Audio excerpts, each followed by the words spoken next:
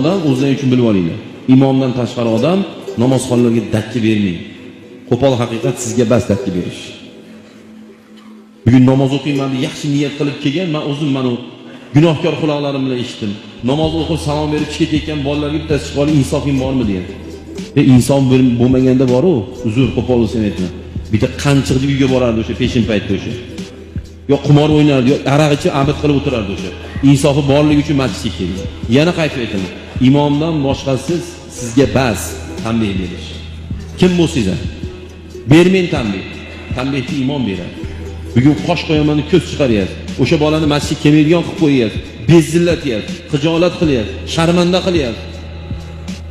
Jamoatga kech qolmaydi, shashilib kelsa telefonni jiringlab olsa, egilib go'layapti. Nimaga go'layapsan? Xo'p, jiringlab ol. Nima bo'pti jiringlasan? Bas sen ibodat, taqvodor ekansan, shu xushu huzuying bo'lsa, telefonda ovozi qulog'ingga eshitiladimi? Nima bo'pti jiringlab olsa? O'zi jiringlaganiga ming jolat. Yana 35 tasi go'layapti. Nimaga go'layapsan? Xo'p, uch ketyapti. Xo'p, siz pensionersiz, uyda o'tirasiz. U ishlik bola u.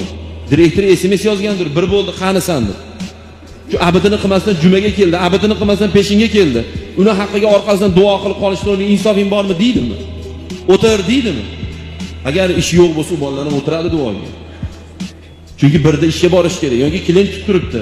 Yoki klient telefon qilib, haligi pochtangiz keldi, men taksisman, ketishim kerak deyapti. Bular ishlik bolalar. Shuncha ishini tashlab keldiki, alhamdulillah. Bugun 50, 60, 70 ga kirib o'shanga go'layotgan 25 yoshingizda nima qilyapsiz? To'rtta odam yetalab yuradi kerak ichganlikda. Bugun bu ichmayapti, ibodat qilyapti bu. Dindan bezillatmang. Shuning uchun bu mehrobga imom qo'yib qo'ying.